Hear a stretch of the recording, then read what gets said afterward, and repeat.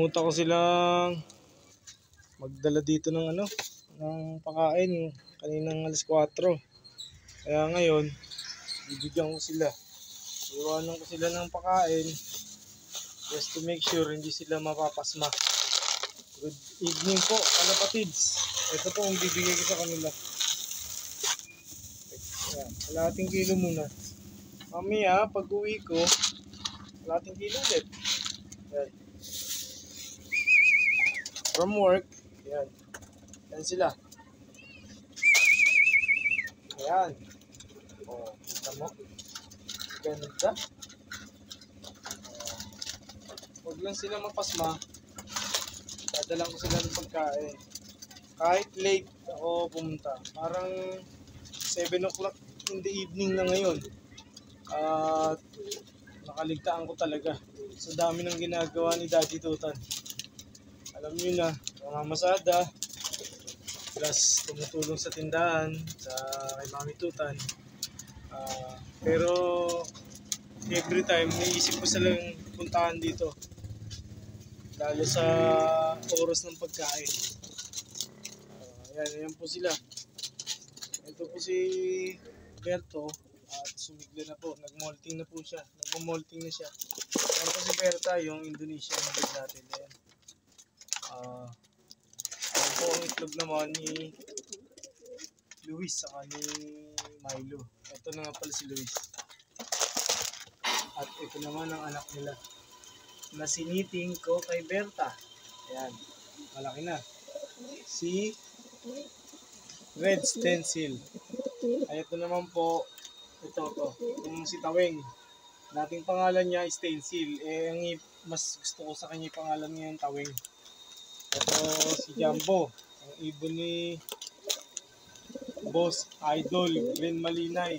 Idol Malinay look. Na gift bird naman sa akin ni Boss Jerry. Bali gift bird sa kanya to na ibigay naman sa akin ni Boss Jerry. Kalitis. Shoutout sa iyo, boss. Ito, ang kanyang asawa, si Pulanggi. Lap winner, pulling champion ng tag team sa Katulaps. Ito, si Pulanggi. Pinangalanan ko siyang Pulanggi kasi remarkable talaga yung kanyang record.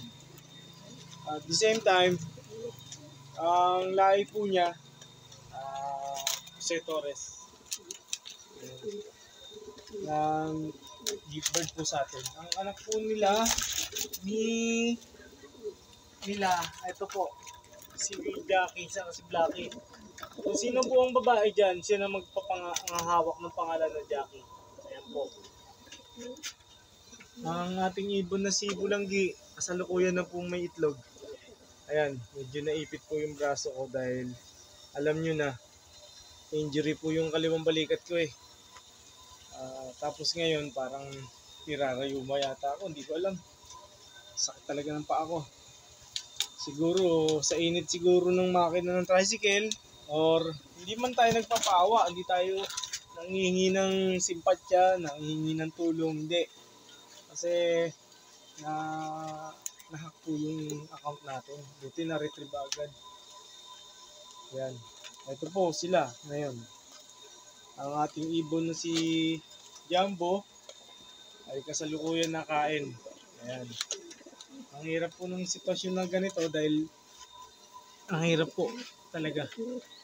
Dahil sa dami ng ginagawa ko, titingnan ko si Dada kasi nag-molting na si Dada. Ang asawa naman ni Dada, katapos-tapos lang mag-molting ito. Kapatid ni Major Pain, si Pogi. Ibon ni Idol Reggie. Ayan. Ito po, ang ibon natin si Dada. Ayan. Yan po mga tela na yan. Galing po sa itas yan. Ayan po, nilagyan ko lang ng plain water sila. Just to make sure na meron silang inumin. Plus the kalapatids na flyer muna. Habang sinasanay ko sila sa flyer, habang wala pa tayong supplier ng patoka. wala pa tayo talaga. Vegetarian tayo ngayon today. At the mere pack na talagang hirap talaga na mag sustain sustainability ganyan whatsoever what you call that. I don't think anong tamang uh, word or even description or hindi ko alam. Basta mahirap po talaga. Mahirap po. Ito po si Baba. Ayan po si Baba. Asawa po siya ni Jerica. Pinaronda ko po sila kanina. Siguro 9 sila. 9 sila na pinaronda ko. Ayan, ito po si Jerica. Bakit? Hindi po si Jerica. Kung si ano po siya. Si Pulanggi. Nagsubo na pala ng anak. Hindi ko nakita. Tapos, ang ibon natin yan. Dalawa na nga. Si Milo. Hindi ko makita si Milo today. Ayun. Ayun, si Milo nasa dilim. Gusto niyang makapag-isa. Siguro, pagod sa pag-ire. Pero, hindi ko po akalain na pwede palang maligo ang isang bagong pangitlog na ibon. Nakita ko po at pinicture ko po sa inyo on FB sa Mandy Mantes. Tunay ko pong pangalan yun. At papalo na rin po. Ito po yan. Yun na po si Luis. Ang nagmamayari ng pugad. Kaya ayaw niyong malapitan. Shoutout sa iyo, Boss Oscar Malapitan ng Caloocan. Naging rin ako, naging nakaharap ko sila ng maraming beses pero talagang mabait na tao po. Hindi po ako nangangampanya. Boss, at mga kalapatid guys, ito sila. Tingnan ko lang kung ano pang mga pwede natin gawin. To the nearly talagang malapit na ang karera ng South. Kaya medyo kailangan natin ng magandang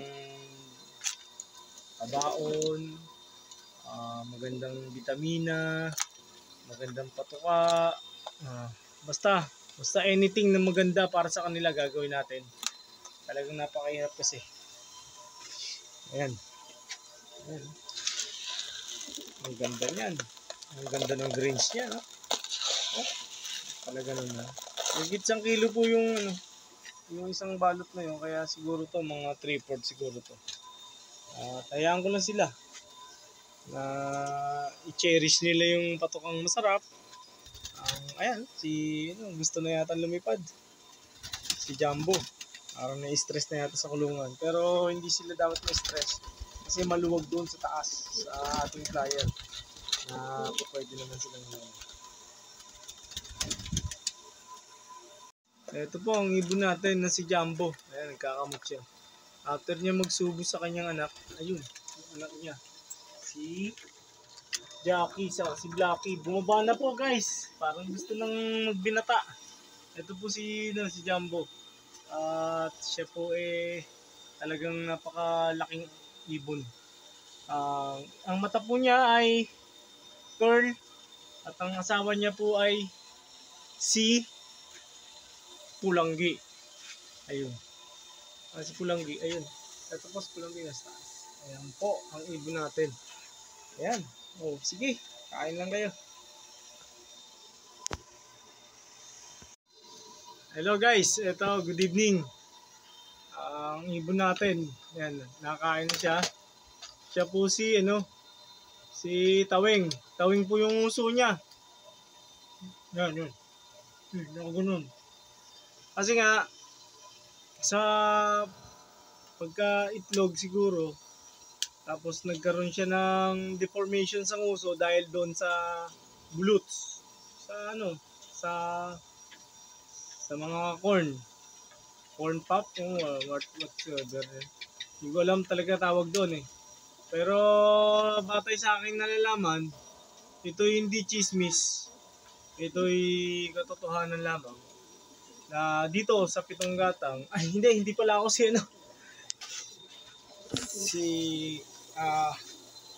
Louie Villame ba yun? Eddie Peregrina, hindi ko alam. Basta, ang masabi ko sa inyo, pagod ako.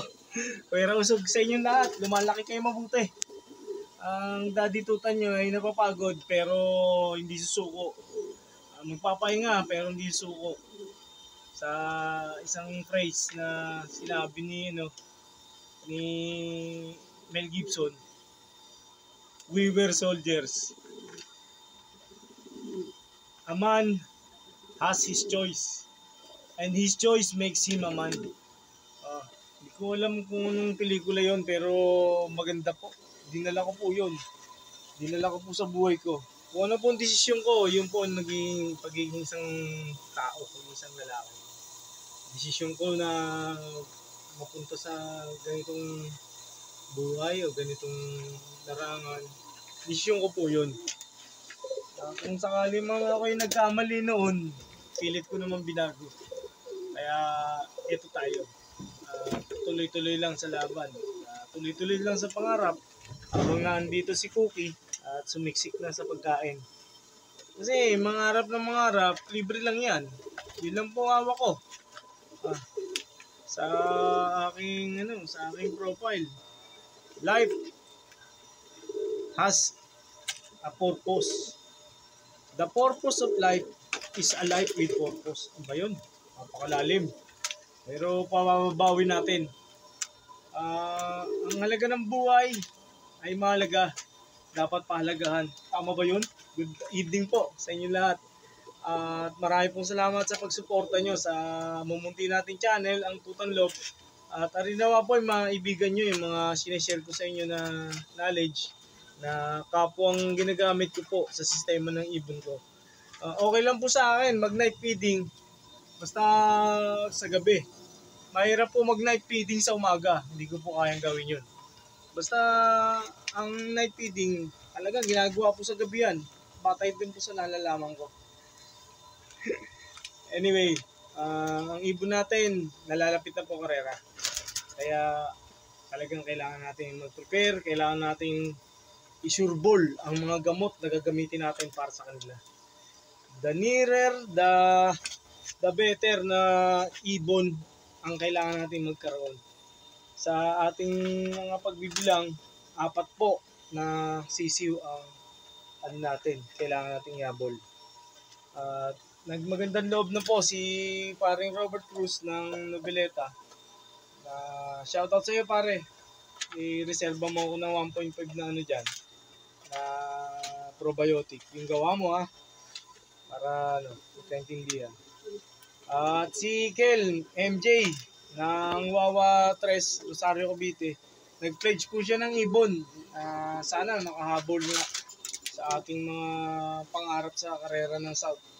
Kahit na alam natin na mabibitin, siguro more or less sa kalagitnaan ng training by the month of December, ang ibon nasa 3 months lang.